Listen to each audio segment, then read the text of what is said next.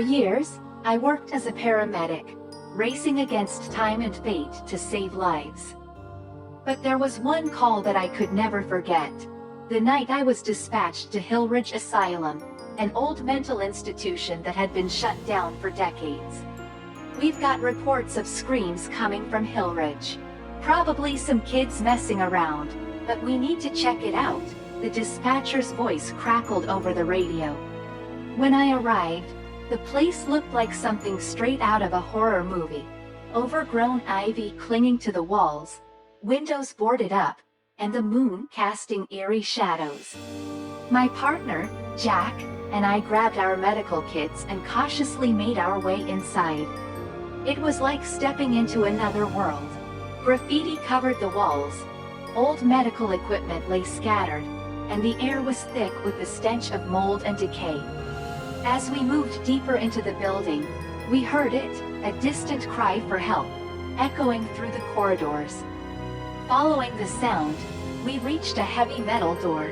It was ajar, and as we pushed it open, we were greeted by a scene that defied explanation.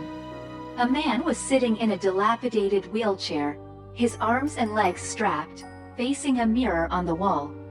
The weird part? The man's reflection was screaming, even though he himself was silent.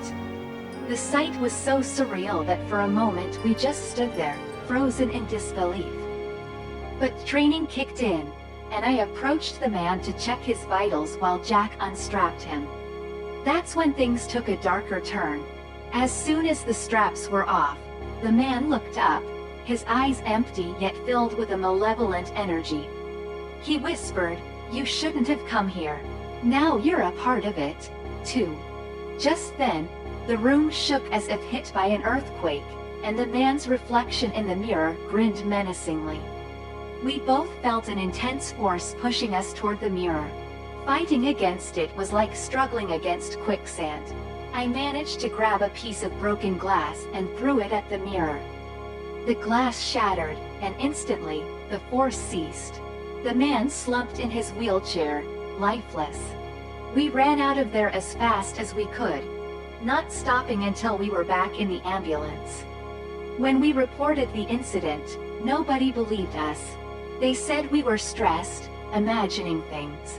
The official report stated the man was a homeless person who had wandered into the building and died of natural causes.